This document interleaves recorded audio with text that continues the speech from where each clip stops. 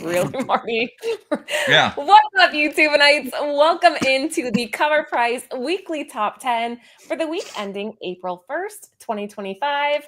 Yeah, it's April Fool's Day. It's going to be an interesting list. We'll see if the market's messing with us at all. But in the meantime, while you guys are congregating, which one, Lando? Which one? That one.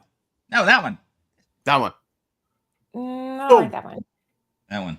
Lando, this one. Dude, this one. Where are all of my... Oh, here it is. Wait, this one? This one. Take your... I'm in love with the shape of you. I'm in love with the shape of you. I'm in love with your body. I'm in love with the shape of you. I'm in love with the shape of you. I'm in love with your body. I'm in love with the shape of you.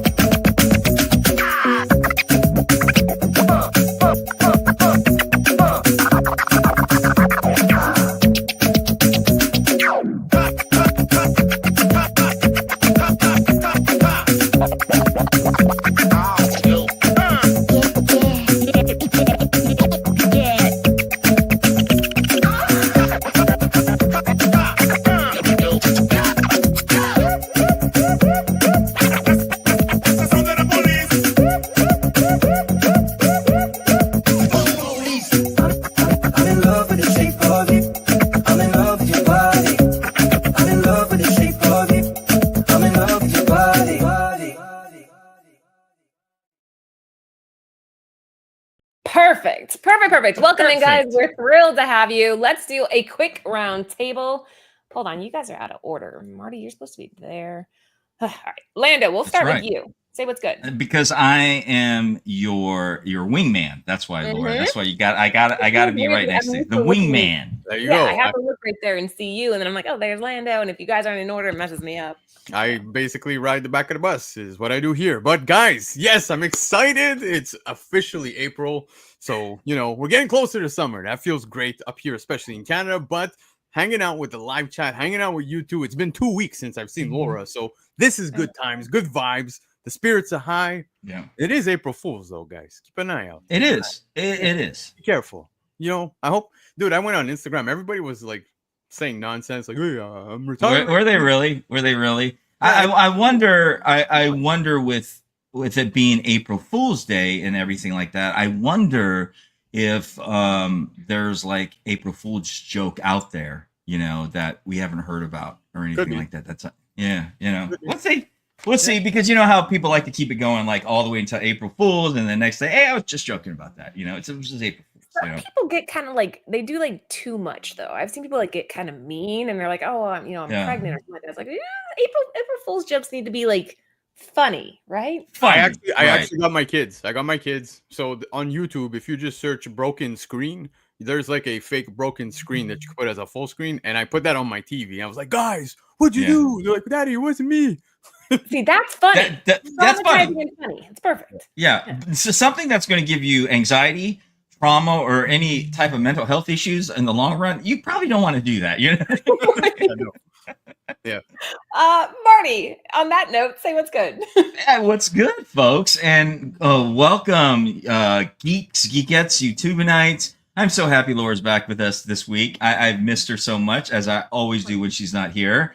So thank you for coming back, Laura. Lando, as well as Chris. Then we had Marky on, last time and things like that. Good time. And so that was good. It was good, but it's never the same without you, the beautiful lady Laura, who graces us with her presence as always. So it is so nice to have you over here. No, I'm just, it's not smooth talking. It's when it's true, right? So, I gotta give you a shout out, and I've got to give you credit, because it's never the same without you. But Lando did an amazing job as always.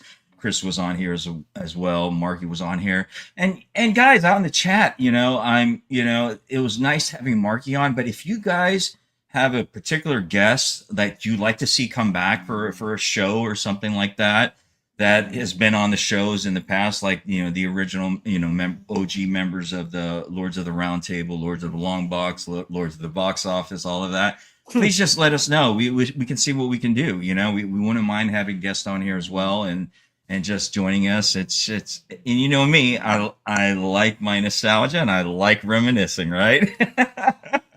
Exactly.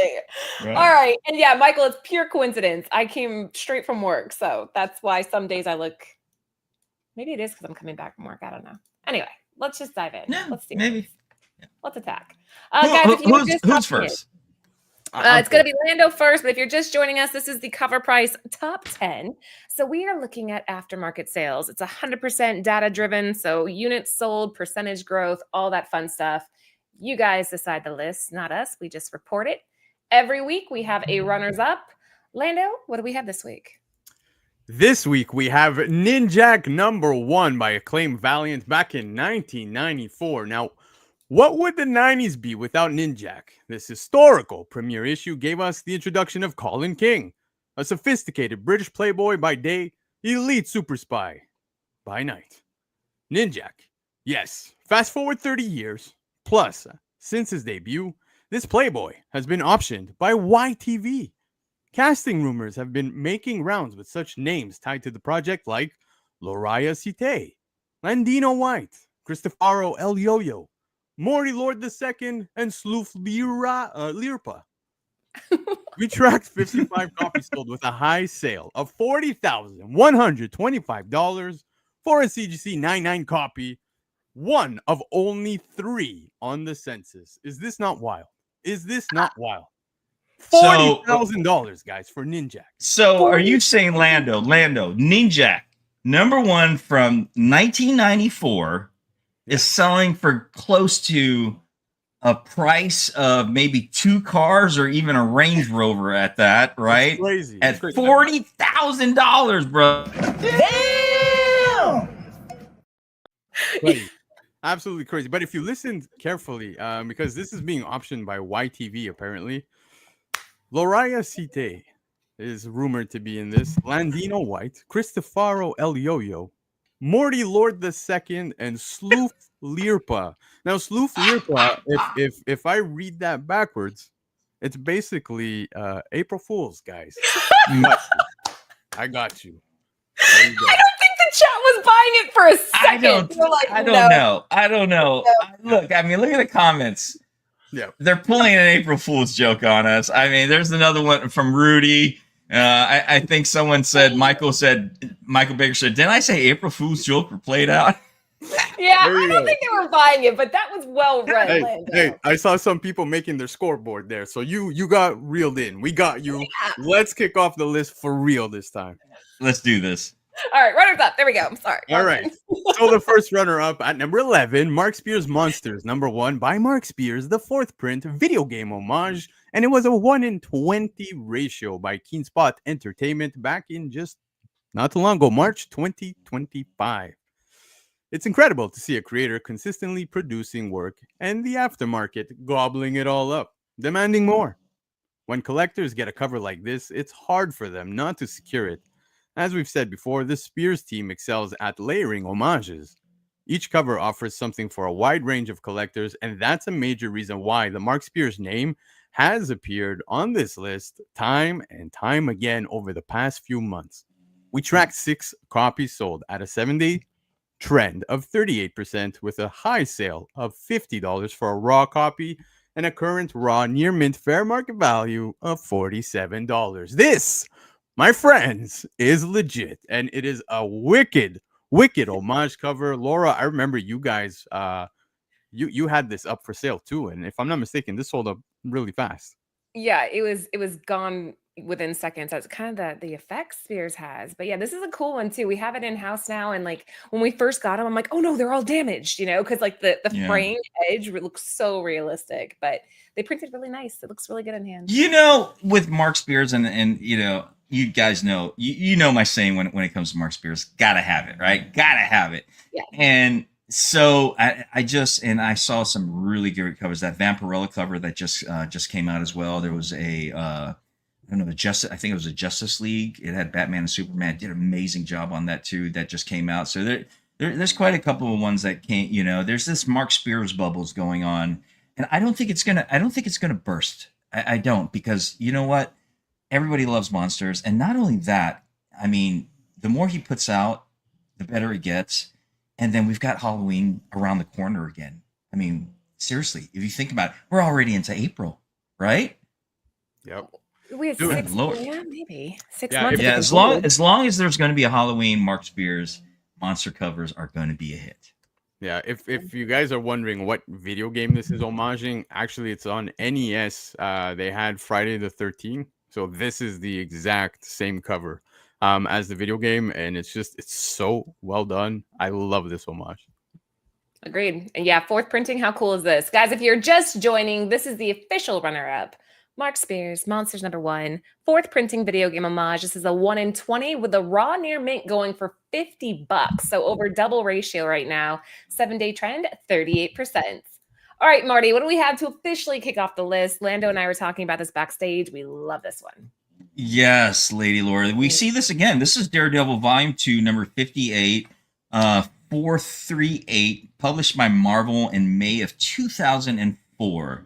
Now, Wait, hold potential on. Which one spoilers. are you reading? I'm New sorry. Avengers number 33. Did I miss that one? Number 10. I'm looking at 10, Laura. Hold on a second. You must be getting some bad information this week. I'm gonna send you this. I'm probably getting bad data. So how about this? We'll Here. just let Lando hit that one. I'll come in on the next one. All right, I got you guys at number 10, New Avengers 33 by Gabriel Dell'Otto, the regular cover by Marvel back in April 2015. Much to everyone's surprise, Marvel took to YouTube for a 5-hour live stream to reveal the cast for Avengers Doomsday last week. Even more surprising was the inclusion of returning X-Men actors from the 2000s Fox franchise. This has given more weight to the fan theory that Avengers Doomsday will focus on the incursion of multiple universes leading into Avengers Secret Wars. If this turns out to be the plot, this book is a must collect. It features the first incursion event that could lead into the storyline fans think the movie will be based on. We tracked 9 copies sold with a 7-day trend of 34%, a high sale of $25 for a raw copy, and a current raw near mint fair market value of $21. Now, I love this cover. Lotto, one of my, seriously, guys, if you can take out those borders at the bottom, because back in 2015, like all Marvel books had those colored borders at the bottom, which, Yeah. whatever. But I love this Dell'Otto cover. Love this book. It's a very important book, that's for sure. Now, the incursions, it's totally happening, guys. I think it's even going to happen as soon as the ending of the Fantastic Four movie, because we just got the casting confirmed, and Vanessa Kirby, all the Fantastic Four, they're all going to be in Doomsday. So it's pretty much clear that that's what's going to happen. Now, that casting reveal, guys, dear Lord, that was like 5.5 hours or something. Like, it was a full day event. Oh, it was so clever what they did. It was so clever. Dude, they got like 200. I didn't see it yet. Million. I didn't see it. You didn't? Just the chairs, going by the chairs, like really slowly going through every name on the chairs, Marty, the casting chairs. Yeah, they were dropping chairs like every 15 minutes. And the best part about all of that, Marty, best part about all that, the memes that followed throughout the day and immediately after that made everything worth it. It was so good. Really? Yeah. Oh man, I'll have to catch up on that bad boy. Yeah, I'm definitely on the board with this one. I think I have a couple of them actually, and the art is stunning. Are you? You need to send me one, Laura. You need to send me one. Gabriel Dell'Otto. Oh my God, love his covers. He kicks it out of the park every time. I mean, it's the realism to it, right? I mean, you have artists that are very like cartoonish, or they have different styles to it. But with Dell'Otto, his style, man, is so realism. It's just such realism to it. Agreed. Yeah, it's really good stuff. Number 10, guys. A few of you are on the board, so we have a good list this week. It's not a lot of offers from what I can tell. New Avengers number 33, Gabriel Dell'Otto, the regular raw near mint for $25. I think that's a steal. A near mint from 2015 for $25. Yes. 7-day trend, 34%. All right, Marty, you ready for 9? Yeah, I'm good to go now. Here we go. All right, here we go. Batman Giant Size Special Edition number 158. This is the Jim Lee foil, published by DC in March of 2025. In 2003, we saw the debut of Hush, a notorious villain added to Batman's Rogue Gallery. Over 20 years later, we get a sequel to the storyline, introducing Silence, an ally to Hush. This book has sparked much conversation, as fans have been clamoring for more Hush mythos, since the original 2003 storyline. The oversized foil variant, measuring an enormous 11 by 17 inches, makes for a striking display piece for a beloved book. We track 12 copies sold with a 7-day growth trend of 9%, a high sale of $38 for a raw copy, and a current raw near mint fair market value of $29. And I did actually purchase this myself, the foil variant. So I have this actually coming. I don't have it now, so but I will tell you, this is one of my favorite reads. This is one of my favorite series, the Hush run. And so with this, if it's an add-on mythos to that, oh my god, I'm looking so forward to it. I'm ready for this And book. 11 by 17 too. That's gonna be so cool. Yeah. It's got to be cool. And once I get, I'm definitely going to post this bad boy on IG because, you know, once again, it's a Jim Lee. I love Jim G. Lee's artwork. He has his certain unique style, like most artists we've talked about. Sure. Yeah. So once again, you know, I'm looking forward to this. Yeah, the 11 by 17s are absolutely wild. But the look, the hype behind this was insane because we got 400,000 plus copies on pre-orders. So once this crossed FOC, like we had an abundance of copies hitting shelves. Really? Yeah. So to see this hitting $38 is pretty impressive. Now I will say, I just like everybody else have been anticipating this, the return of Hush. But the first issue, it was all right. It was all right. Let them cook, guys. Let them cook. I'm curious to see what the direction is going to be here. Mm-hmm. I managed to scoop up the 159 ash can as well, so I'm on board. But did you really? You got the ash can too, huh? Yeah, dude. They were available at, like, if you pre-ordered the book, my shop gave me a copy of the ash can for free. So shout out Comic Legion. Nice. Afterwards, they were charging $3 for any extra copies you wanted, which was pretty cool. Yeah. Brandon Harris in the chat says, I like Hush and Court of Owls. I really enjoyed Court of Owls too. It's just the read gave me so much anxiety when Batman was trapped. You know what I'm saying? And it gave me so much because it seemed like it drew out the whole imprisoned scene with Batman with the Court of Owls in that series, right? And I just got like, man, is he gonna get out of this thing or what? This is Batman, you know? I'm like, they've got it in there forever. But anyways, I'm going out on a tangent about Court of Owls, but yeah, there you go. We do a whole show. That was one of the full arcs I've read with DC. The interior art on that book was so damn good. Okay, there you go, guys. Number 9, Batman Giant Size Special Edition number 158, the Jim Lee foil variant, coming in at 11 by 17. And yeah, people in the chat, I think you can get it graded, and it should fit in a magazine bag and board, right? 11 by 17 is like a small poster size. Yeah, like you'll get at conventions, you know? Laura was massive. Like it won't fit in the magazine. No. I think you guys are wrong. Hold on. No, you guys are right. Damn it. Okay, never mind. I love how you heard the typing and then she confirmed that we were right. I was thinking that maybe if you left the flap open, but no, it's too. No, it's too. Yeah, absolutely. But you're right. I think this would look good pressed. You know what I mean? And not pressed. I'm sorry. Encapsulated. It looked good encapsulated. I can imagine it with a nice encapsulation, beautiful foil cover, really standing out. It looked good. And a signature, and it maybe a Jim Lee signature in silver. It looks nice, but it's considered a weapon. Like if you see this in person, this thing's huge. Like I've never seen a book like that. Considered a weapon. Oh man. Okay, moving on. Number 8. What do we have? Back to Invincible. All right. Yeah. Doesn't surprise me. You know, just the comment off Invincible. No, go ahead, Lando. I'll comment off that later. Don't worry. But we got Invincible 25 by Image back in March 2005. One of the most hyped villain appearances in Invincible Season 3 was Multipole. His debut was explosive, and his prison escape scene left fans wanting more. Going into Season 4, we're likely to see the repercussions of Multipole's prison break. Until then, his first appearance is making waves. We tracked 14 copies sold with a 7-day trend of 33%, a high sale of $300 for a CGC 9.8, and a current raw near mint fair market value of $31. Now, Marty, take it away. Yeah. I know you were excited to he's talk about eager. this one.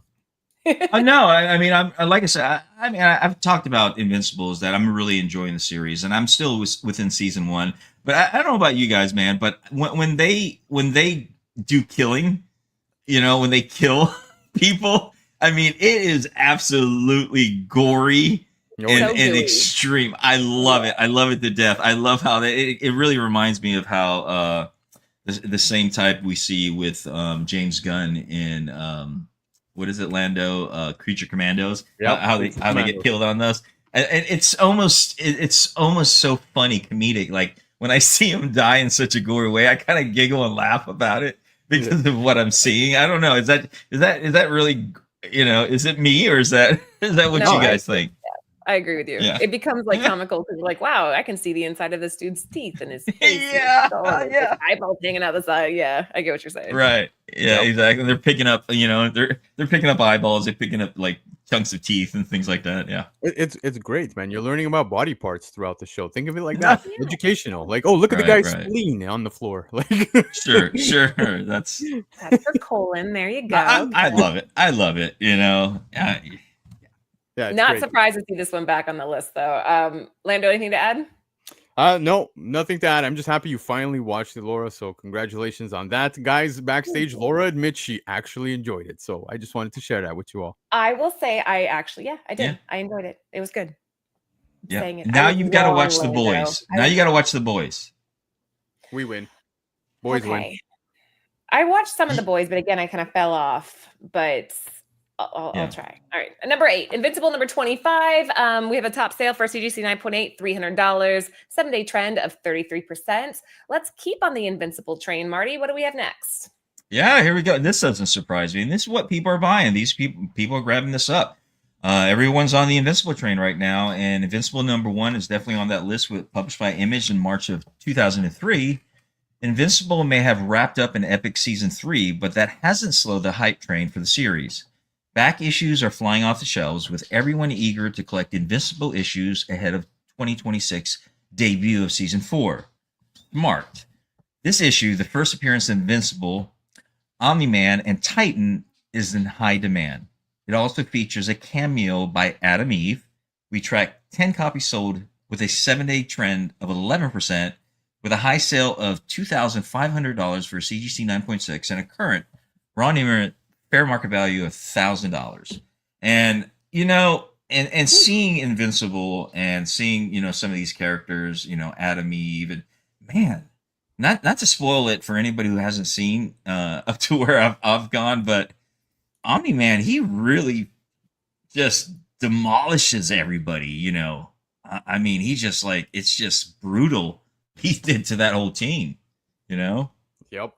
It was fantastic. This book, though, I know a lot of people are gonna say that Invincible's the hot thing right now, but this book's always seen quite a premium. When it comes to indie books, I put this up there as like one of the indie big ones to grab, and Invincible is just a wonderful series. Like, let's forget the show for just a second.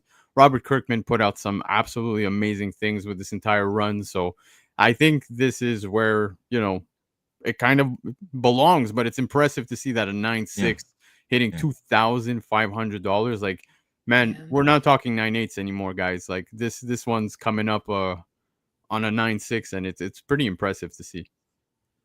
Your near mint fair market value is at 1,000. So I don't know. A lot of the times I'm always like, okay, I don't think that the CGC price really matches the raw, but with this one, I would say it would, because from 2003, that's 22 years for this thing to get beat up. You know what I mean? So it makes sense. I'm actually kind of surprised it's not a little bit higher, given that the raw is at 1,000. Just a near mint, not a near mint plus. Nothing. Just I don't know. Interesting. I think too, if this was made into a live action, we would see so much more of a boom. I don't want to see live action. I think the animated lets us get the type of content that's in the book. Live action, for sure. Yeah, for sure. But given the track record with Kirkman, right, and having the Walking Dead be a live action series and the success of that, that I saw the Walking Dead number 1 at the highest that at a convention at one time going for over $10,000. Yeah. You know, oh yeah, and at the time I'm thinking, wow, and this is this is when the big hype of The Walking Dead came out and everything, but definitely I could see this, going up in price with the success of Kirkman. He's really big right now. Of course, though, there was a steady decline with the Walking Dead comics after Rick Grimes no longer appeared in the series. Right. And so it started going down, a lot less viewers. But anyways, looking at the patterns and speculating based off patterns and market trends of what I've seen, not just with this book but multiple other books, is I see this definitely going up higher. Not to the extreme of what we see with not having a live action, but definitely seeing this go up some more. Yeah, you brought up Kirkman and zombies, obviously with Walking Dead, but guys, don't forget Kirkman was on the Marvel Zombies, so pretty fun to check that out too if you haven't. And then that's I'm looking forward to that coming out too, eventually. Yep. Number 7, Invincible #1, top sale for a CGC 9.6, $2,500, 7-day trend of 11%. What do we have for number 6? Well, guys, I promise you it's the last Invincible book on the list, so that is not an April Fool joke. It's a legitimate promise. But Invincible returns #1, David Finch, regular by Image, back in April 2010. Invincible may have wrapped up season 3, but as this book suggests, Invincible will return. Season 4 is already in production and has completed all voice work, slated to debut in 2026. As the story progresses, one of the most hyped villains is Thrag, which I cannot wait for. If you thought Conquest was a force to be reckoned with, you haven't seen anything yet, guys. Fans are already scrambling to collect his first appearance right here. We track 22 copies sold with a 7-day trend of 5%, a high sale of $78 for a near mint raw copy, and a current raw near mint fair market value of $69. Nice. Yeah. Not bad. Guys, Thrag is going to kick so much ass. I cannot wait to see Thrag in season 4. Let's go. He is the Viltrumite that everybody's like, it's going to be just limbs being ripped up. I can't even imagine. He's going to be so OP. It's going to be interesting. Did you say to see how... there's Dotramites too? I'm assuming now. There's what? Dotramites. I don't think I've gotten that far yet. Oh, sorry. Okay, I don't care. I don't know. You guys are so far behind. If you're more behind than me, that's saying something. This will be interesting. It'll be really cool if they kind of come to the screen.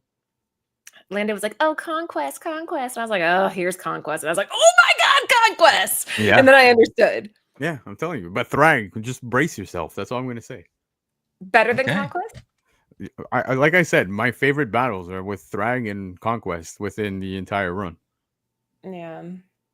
All right, number 6, Invincible returns. #1, David Finch, regular raw near mint, $78, 7-day trend, 5%. Now we're going to switch gears here. We are halfway through the show, so before we move on, make sure you guys give it a thumbs up if you haven't already. Sub the channel. We got the wonderful Lando hosting the Shakers every Thursday. We have comics covered with the owners of CovrPrice. Yeah, give it a thumbs up, sub the channel, show your love and support. But yeah. That's the snore baby right there. That's it, and that's why she's up. That's why there's no snoring dog in the background. I saw one of the chat someone asked about no snoring dogs, but she's up. That's why. We're missing it. We're missing that noise in the background. All right, halfway there. What do we have for number 5? Here we go. Number 5 brings you Green Lantern #21, Mark Spears. This is the 1 in 25, published by DC in March of 2025. Mark Spears has been explosive growth since the debut of his Monster series. While that series continues and fans eagerly await the next issue releasing in late April, there's no shortage of other Mark Spears artwork to collect. Very true. This issue features his most recent cover art, a stunning piece showcasing Green Lanterns in Spears' signature style. We tracked 14 copies sold with a 7-day trend of 23%, with a high sale of $50 for a raw copy and a current raw near mint, fair market value of $44. And what another beautiful Mark Spear cover. Beautiful, beautiful, well done. He's got that green, which I really love how he uses the green. Fell in love with his usage, his style when the Bride of Frankenstein cover came out. That sent him soaring right there. That put Mark Spears on the everybody's list. That put him definitely on the face of artists to look out for. And since he definitely has not disappointed. That Mad Hatter one that had come out, absolutely gorgeous. Another one of my favorite ones by Mark Spears. Unfortunately, and not to mention side boob, signature side boob we've got going on right there. Yeah, Don't get wrong. It's cute. It's subtle. He always has stuff to look at in his covers where you're not just focused on the main character. You can kind of look at everything else, the composition of it. It's well done. It's the way his style, it initially draws you into something, okay? And then it subtly allows you to have your eyes go slowly and draw to other aspects of the cover. So you're seeing everything that's there, and his covers can get busy, but it's not overwhelming, which I like about that. Yeah, dude, I think Mark Spears on DC is just incredible. If you're like, this cover is great, but there's so many others that are just as wonderful. Like, I saw somebody in the chat talking about the Green Lantern 23. I think that one's going to be probably my favorite Mark Spears Green Lantern cover, because like, it literally looks like he's giving the middle finger. It's just so good. It's badass.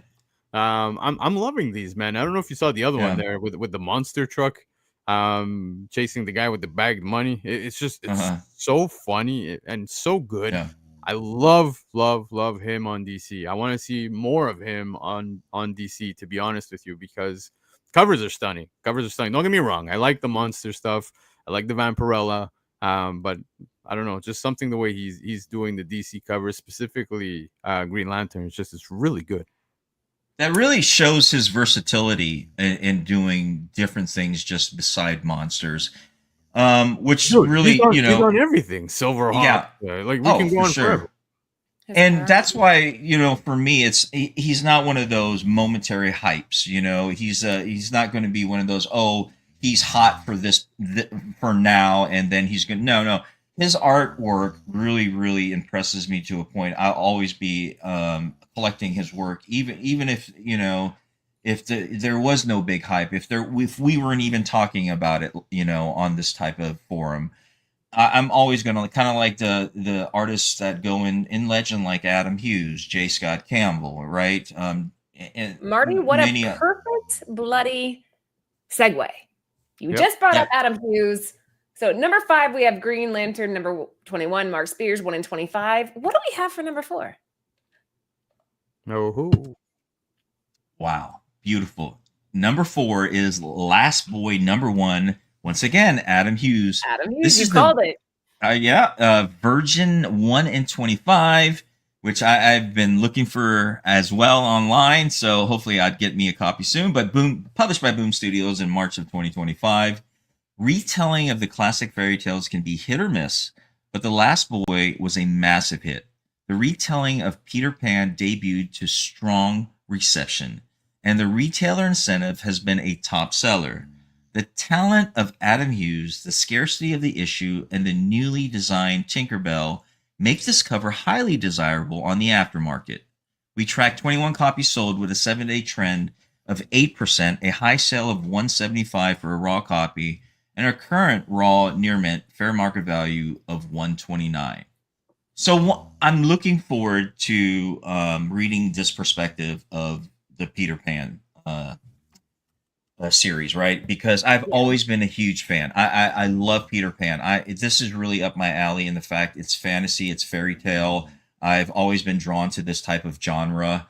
And so I have a special place. I was just growing up, I was a huge fantasy, Dragonlance, Dungeons and Dragons, books by Terry Brooks, books by R.A. Salvatore, doing the Forgotten Realm series.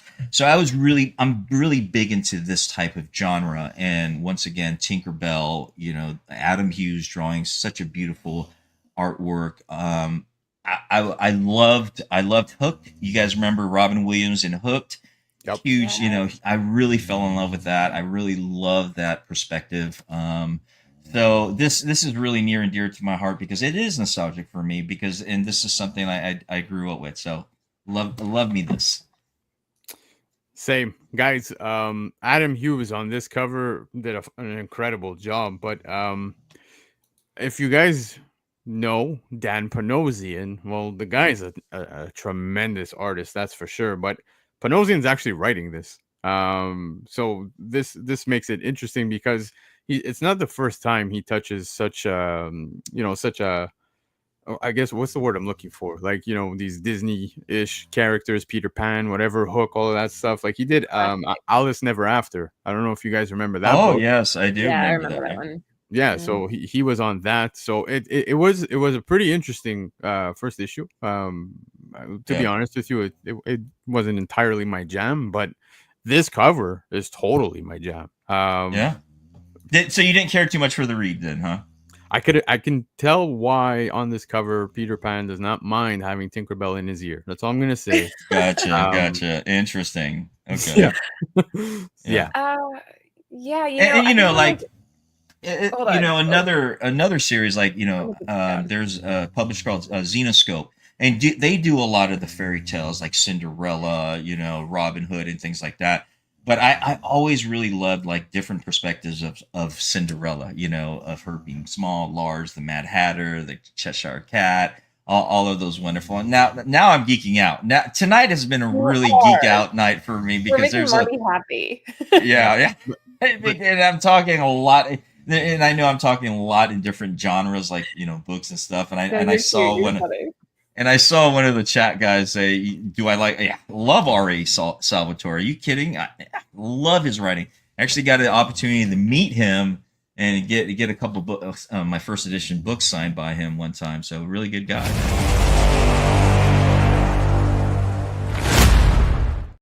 I swear I was waiting. I was totally waiting. I was wondering when you were going to throw that out. I was because I wanted to make sure the moment was right. This one's really good, but I'm telling you, the Andrew Curry is the winner for me on this one. I think that his pencil work on that cover is phenomenal, and just having the golden hook by itself, independent to like this monochromatic background, it's flawless.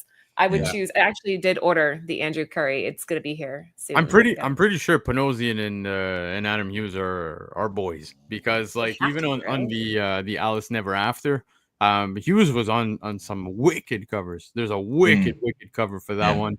But yeah, man, I love the cover. I absolutely love it. Don't get me wrong. I'm still going to read the next issues. It was just like, okay, for the first issue, it wasn't entirely my jam, but it wasn't bad. Okay. I'll give you my perspective when I get a chance to read this one. Hopefully it will be this week. All right.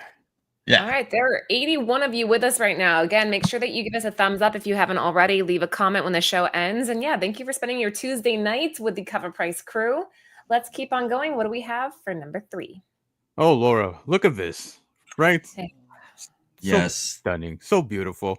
The Lucky Devils, number 1. Jenny Frison, the third print foil, and it is a 1 in 25 incentive ratio by Image that dropped just not too long ago, March 2025. It's been a while since we've seen Jenny Frison hit top spots, but her gorgeous artwork is still making waves. Last week marked the debut of the Lucky Devils' third print. The book's popularity led to multiple printings, but fans have especially resonated with this retailer foil incentive cover. The open order third print is a copy of this book in color with trade dress, but the black and white virgin variant is the one to get. We tracked 11 copies sold with a 7-day trend of 149% and a high sale of $150 for a near mint raw copy and a current raw near mint fair market value of $107. I didn't realize it went to third printing. Have you guys read this? I actually have this coming, but in the color. I don't have this in because I love Jenny Frizen's covers. You know, I've got quite a good collection of her, a lot of her covers, and I have the color one coming, and the color one's nice, but my God, this black and white. Oh my goodness! You know, I'm really starting to get into black and white covers now. I've never Really? been a fan of them, I'm not. but just the ones I've really been falling in love with lately, and this one is definitely one of them.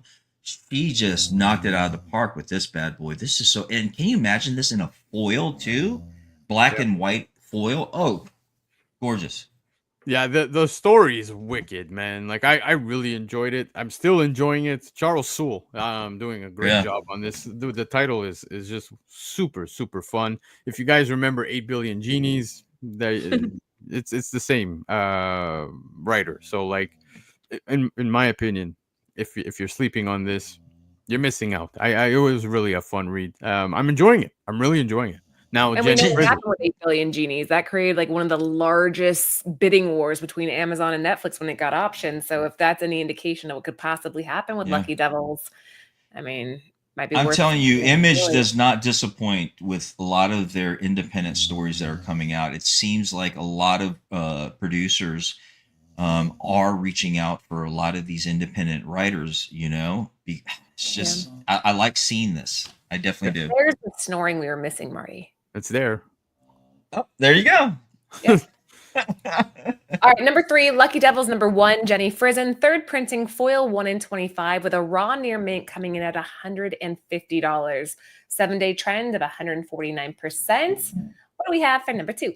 Oh boy. Oh, of course. You know, I get to have this one of all reads, right?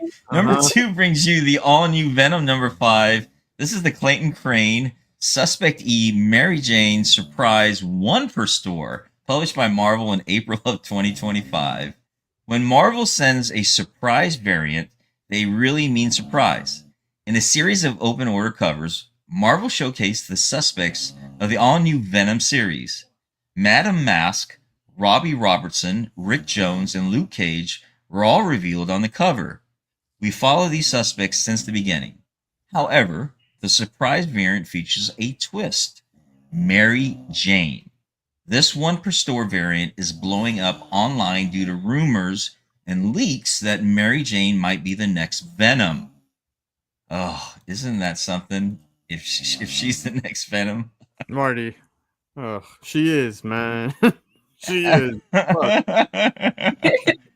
Anyways, this 1 per store variant is blowing up online due to rumors leaks that Mary Jane might be the next Venom, which is we're waiting to be an April Fool's joke.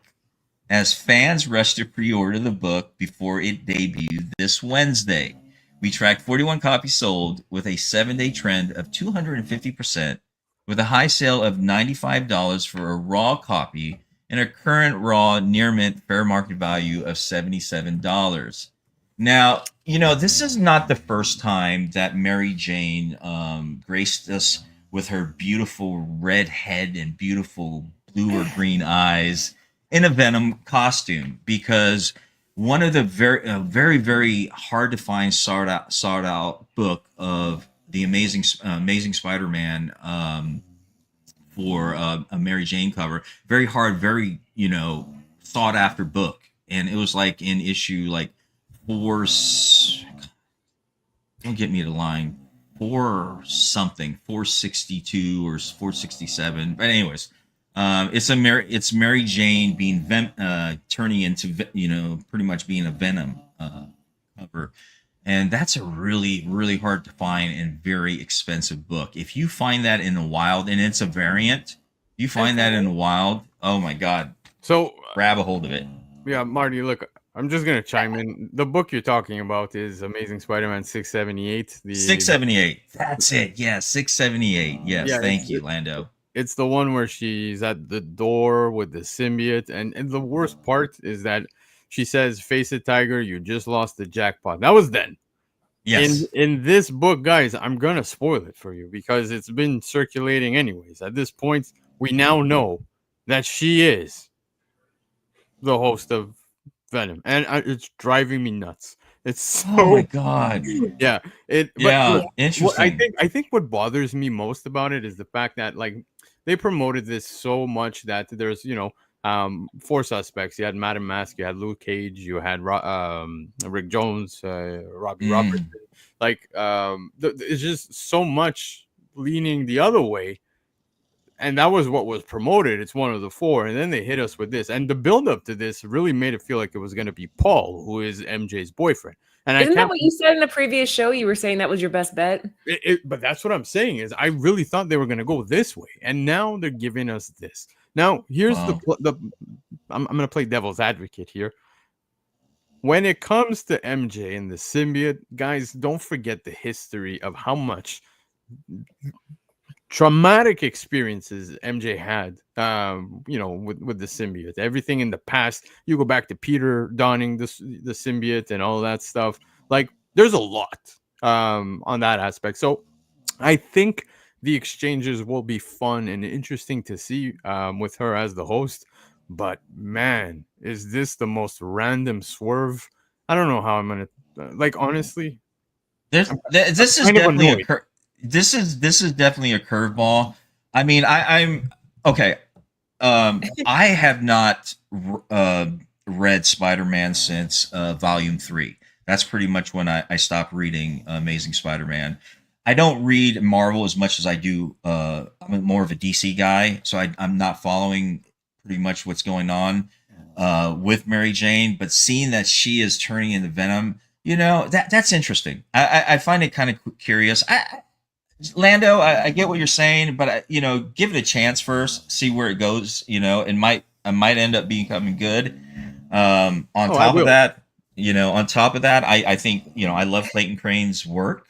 I love what he does. I love his style. So I like the cover. Yeah, I'm gonna give it a chance. Like I said, I've seen the interiors. I saw the final page. It's the exact same thing as the 678, but she just tells Robbie that he hit the jackpot or something like that. It's just I don't know, man. I just hope this plays out well. But I was really hoping for something different. But hey, guys, This is different. This is very different. yeah. So that's what I was gonna say. Is like I was hoping for something different, and this is clearly different. So we'll give it a chance. But again, Yeah. very strange. Now the surprise variant, a lot of people were talking about this because they started popping up towards the end of like last week. I would say around Thursday, Friday. I was seeing some people already talking about this, and yeah, it's going for a premium, that's for sure. But it kind of reminds me of that Wolverine, Greg Capullo. Remember when Capullo came back to Marvel? Yeah. And we got that surprise variant. So I would go back to see how that one's doing, and we'll see how this one pans out. But I think this is going to be a short-term fun story. I don't think this is anything long-term, guys. All right. Number 2, all new Venom number 5, Clayton Crane, Suspect E, Mary Jane, surprise variant, 1 per store with a raw near mint currently coming in at $95 and a 7-day trend of 250%. Last but not least, what do we have for number 1? At number 1, we get a con exclusive. And which con? Well, it's one that just finished last weekend that just passed. Spawn 361, Brett Booth cover right here from the 2025 WonderCon.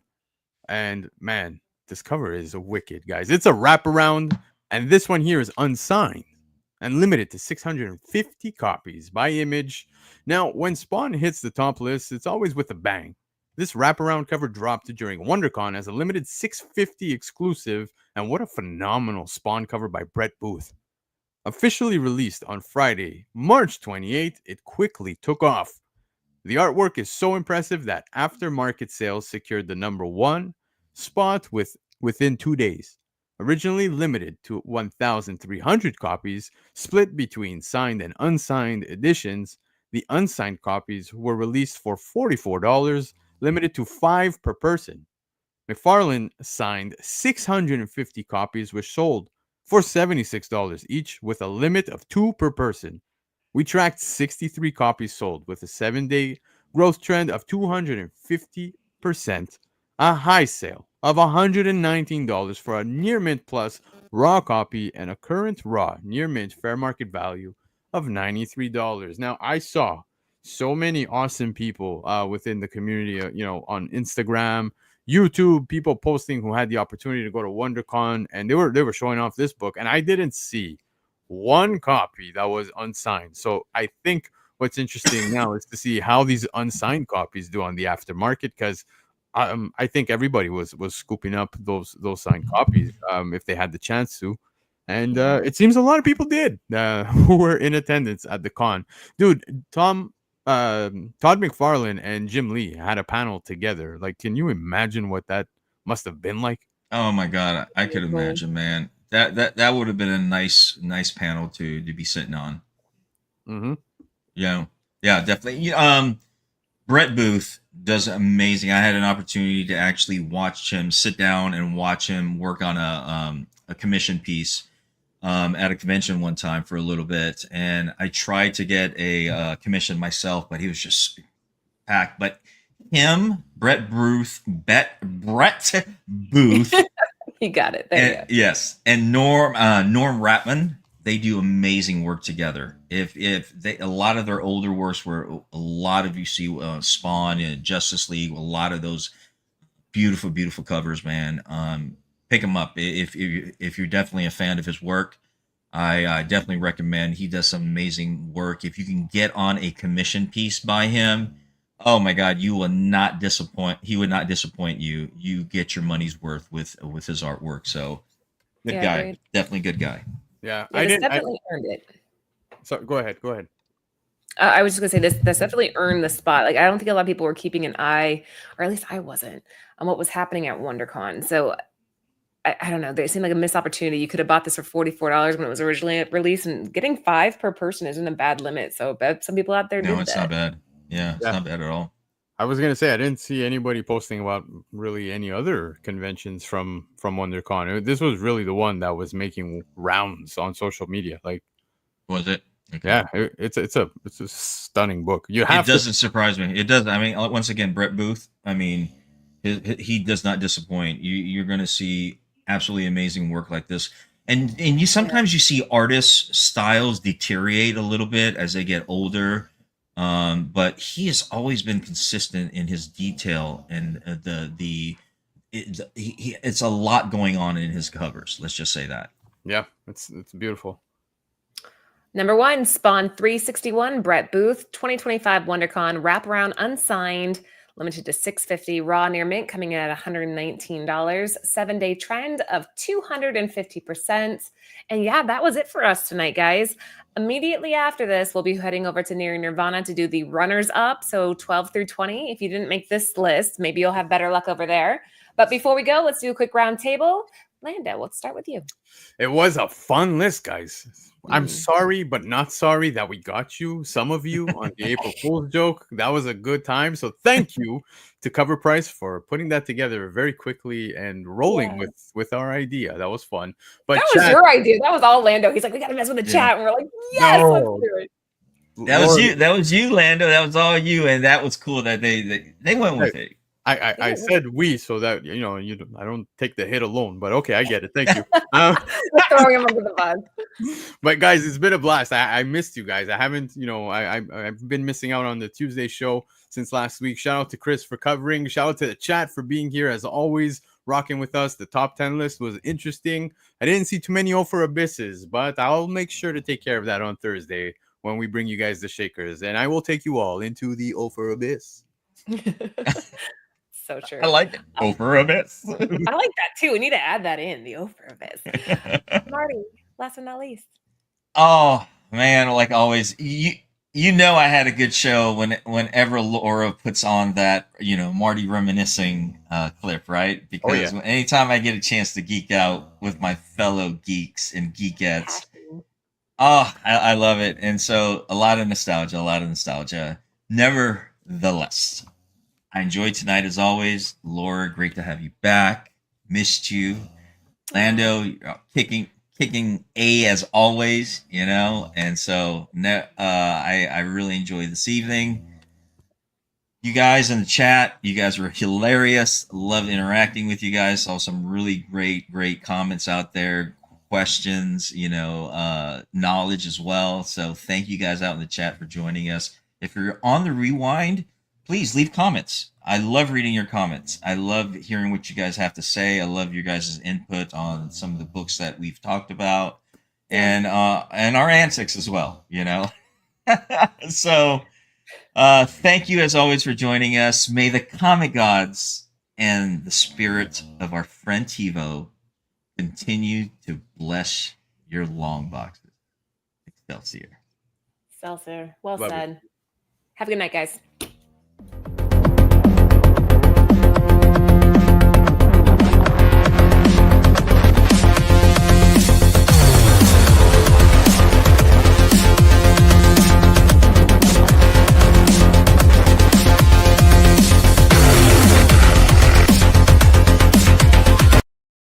For the entire crew, this is TiVo saying keep digging in them long boxes. Peace out.